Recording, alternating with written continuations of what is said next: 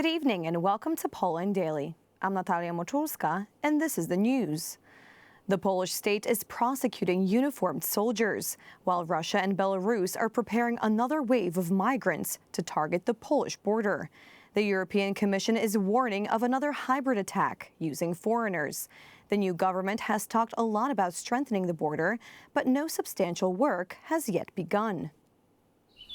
The coming months will see another wave of migrants forcing their way across the border into Belarus. According to a European Commission report, this is to be evidenced by more migrants being pulled from, among other places, sub-Saharan Africa to Russia, from where they then end up in Belarus. To protect the border, the government has introduced a buffer zone. However, its impermeability leaves doubts. I, for one, am in direct contact with our border guards. I recently spoke with one of the senior officers who told me very clearly that unfortunately their work continues to be obstructed, for example by so-called border activists who work with the handlers of people at the border and cooperate in such a procedure as destroying documents for illegal immigrants. It's hard to imagine what the situation at the border would be like if not for the barrier erected by the Law and Justice government.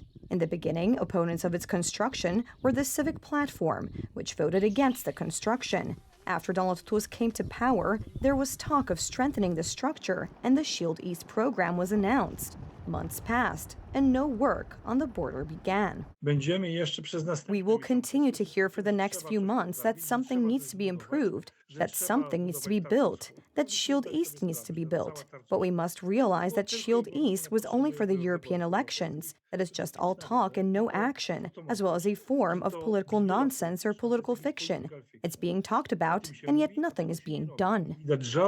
Specific steps to de-escalate the situation on the border were made by Polish President Andrzej Duda. During his visit to China, he tried to get Beijing to influence Minsk and Moscow to ease pressure on the Polish border. According to Bloomberg, these efforts were successful. President Andrzej Duda used his state visit to Beijing in late June to link the issue of migration and cargo transit at the Belarusian border. Since then, the number of illegal border crossings from Belarus to Poland has dropped significantly. This stance by the president was praised by Poland 2050 MP Sławomir Ćwik. The cost of a container transported by rail is about $600, and by sea, it's $1,200. By rail, it takes 12 days to transport, and by sea, it takes more than 35 days. And that's why this is so important for China, and why we should use this leverage now, so that we don't have a migration problem here. Certainly, the defense of the border would be more effective if the Polish state were unequivocally in favor of uniformed officers guarding it. Instead, there are special units in the prosecutor's office that collect information against the soldiers. Maciej Struk, TV Republika. In February 2022, one of the policemen guarding the Polish-Belarusian border did not let the Civic Coalition deputies, Klaudia Jachira and Urszula Zielińska, into the restricted zone. The two women filed a complaint. At the time, the prosecutor's office refused to open an investigation on two separate occasions. However, after the change of power, the same prosecutor returned to the case and filed an indictment with the court regarding the overstepping of authority by the officer. The accused police officer stressed that he was performing his duties and explained that the Civic Coalition parliamentarians did not have the required permission, which was given by the commander of the local border guard post. Autumn 2021, a few months before Russia's full-scale attack on Ukraine, Lukashenko and Putin start a hybrid war against Poland using illegal migrants. Some politicians in the opposition at the time do not understand this and attack the defenders of our borders. Maybe I will come closer to record you. Maybe we'll do a face scan so we can find you. Among other things, a buffer zone was introduced because of such behavior that made it difficult to protect our border. The policeman man who refused Klaudia Jachira and Ursula Zielińska entry into the buffer zone faces 3 years in prison for overstepping his authority. All this after complaints from female deputies of the now ruling coalition. The Polish state is once again turning its back on those who defend the border. But on the other hand, a signal is being sent to all officers, including the police, that if a ruling coalition MP expects something from the police, they are to follow his or her orders, or else they may face consequences. I assure both Mr. Superintendent and other police officers, border guards, and soldiers that we will not leave this matter. We are offering legal assistance within the framework of the team set up by Law and Justice. Stop the pathocracy. The right wing is outraged. Ursula Zielińska and Klaudia Jachira, delighted that the defender of the Polish border will stand trial. I am very pleased that finally the prosecutor's office is acting independently and not under influence, and that it has listened to the court's request, which the court ordered to be reconsidered 3 times. These ladies are simply ideological sociopaths who, in the name of their ideological interests, want the prosecutor's office to prosecute a man who was simply obeying the law, who was doing his duty. They are the ones who tried to bypass the law. Chief Superintendent Tomasz Waszczuk, who did not let the deputies in, does not feel like he should be accused of anything. He stresses that he was doing his job and would do it again. The duty officer during the shift passed on the information that the female deputies were not allowed to enter. I explained to Ms. Zielińska and Ms. Jachira that they simply do not have documents authorizing them to enter, and the police officers would not let them in. Because to enter the buffer zone, you need the permission of the border guards, and such permission was not obtained by the deputies, as confirmed by the border guard. MPs Ms. Klaudia Jachira and Ursula Zielińska are not on the list of people who received permission from the commandant of the post in February 2022 to enter the buffer zone. Jachira claims otherwise. Did you have permission from the border guard to be in the buffer zone? Of course, it's all in the files. Please see for yourself. Because the border guard says something completely different, that you did not have this permission. I don't know, there is an email. Please look at the records there. Klaudia Jachira interprets the law as the leader of her party, Prime Minister Tusk, that is, as she herself understands it. Hence the attack on the police officer. I thought this was a political action, and now I have proof that not allowing us as deputies to the parliament, to our parliamentary office, as part of the professional work we were going to do there. According to the law, you needed the permission of the border guard.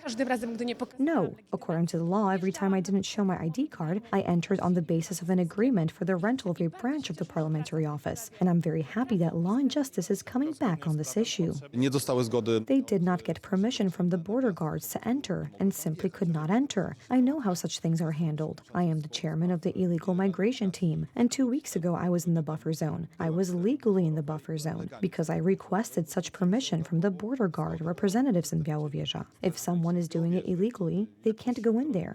Also shocking in the case is the behavior of prosecutor Zbigniew Chmielewski, who dealt with the policeman. Let's take a look at the timeline. In April 2022, Prosecutor Chmielewski refuses to initiate proceedings against Chief Superintendent Waszczuk following complaints from MPs Zielińska and Jachira. 10 months later, the court overturns the decision to refuse to open an investigation. But less than 2 months later, in April 2023, Prosecutor Chmielewski again discontinues the investigation, scoring the police officer's conduct in accordance with the law. In October, the court again reverses the prosecutor's refusal. Meanwhile, on December 13th, Donald Tusk takes power in Poland. Suddenly, in April of this year, the same prosecutor Chmielewski, who refused to open the investigation and then discontinued it, charged Tomasz Waszczuk with exceeding the powers of a public official.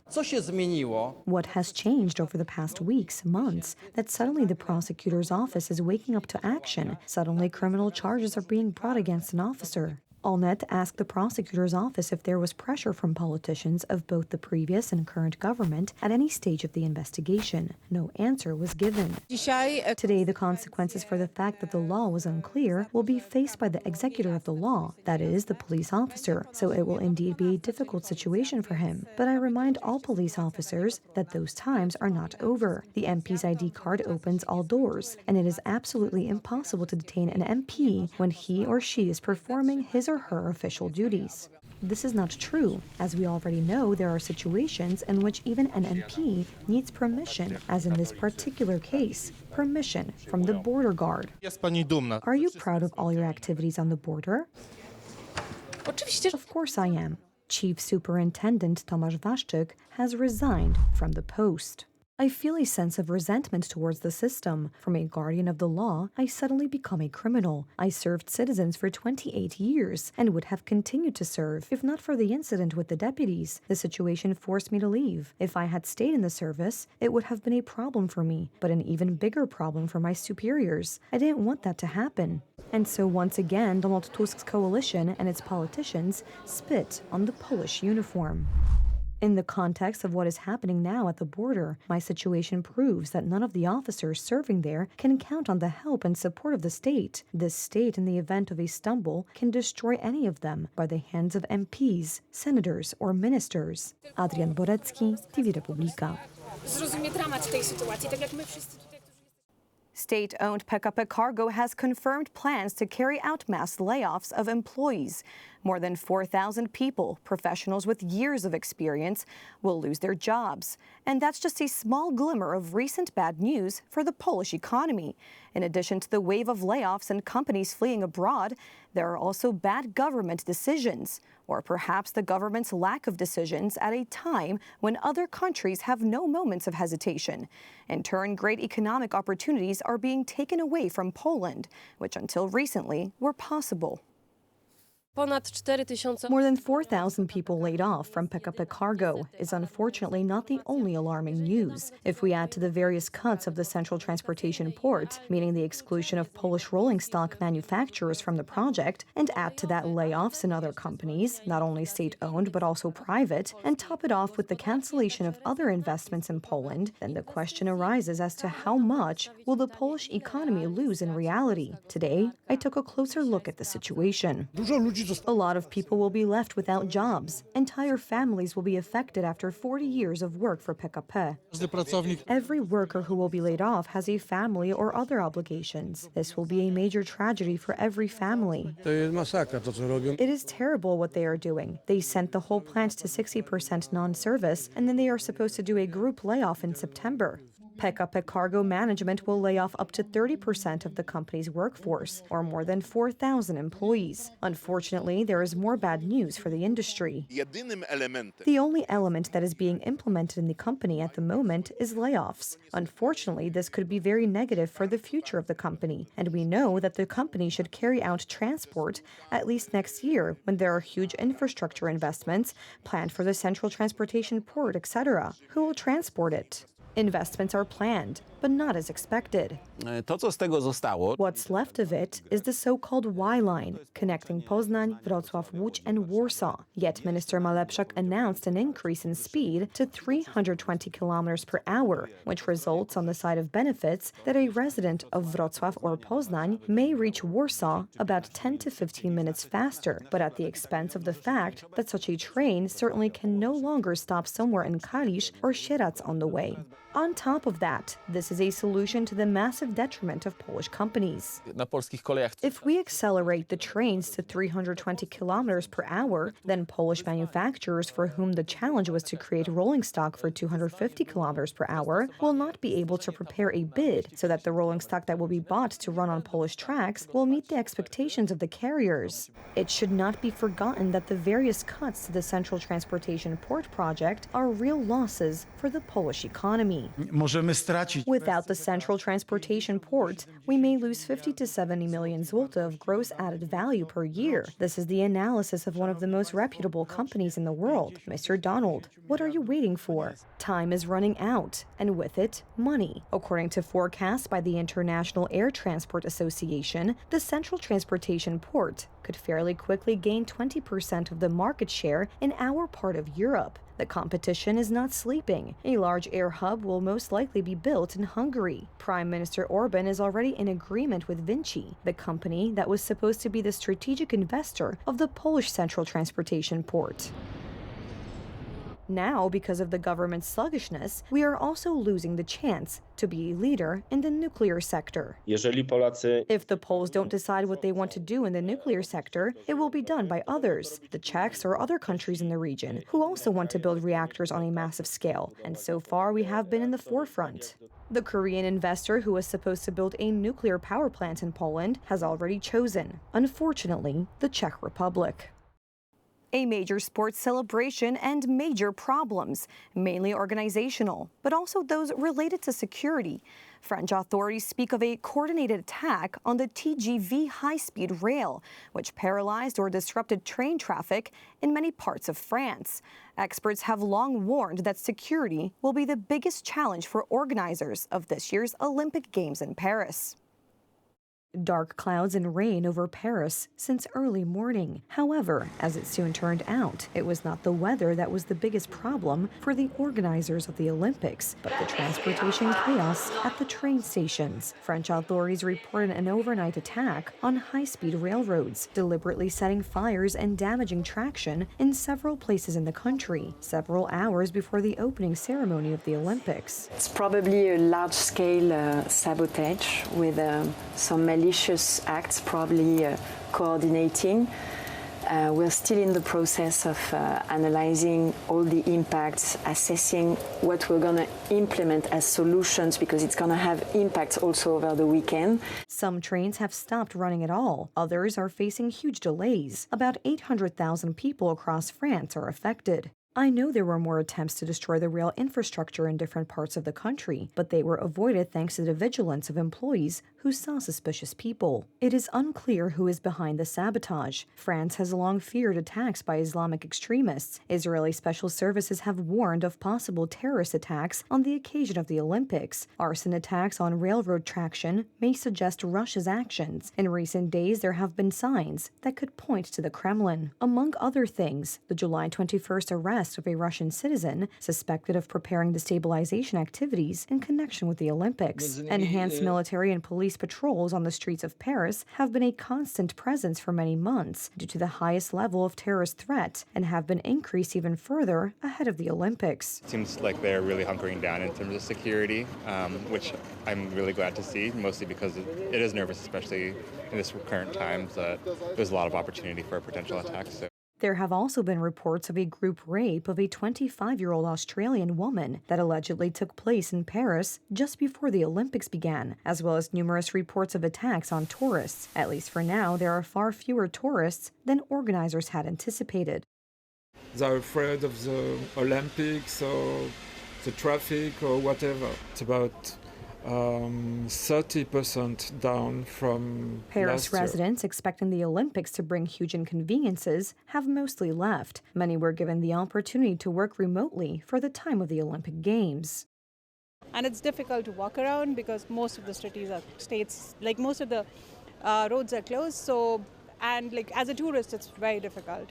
I know it's Olympics, I understand security and all that, but I think they should plan for tourism along with Olympics. Authorities in France assure that they have done their best to make the Olympic Games go as well as possible. The fact is that for months, there have been accusations by humanitarian organizations, even of taking homeless immigrants out of downtown Paris to improve the city's image. Instead, there was no shortage of gestures toward the LGBTQ community. The Olympic flame in France for the first time ever was carried by 3 drag queens, which is a first-time record for a Paris event. That's all for the news tonight. Thank you so much for joining us and have a wonderful evening.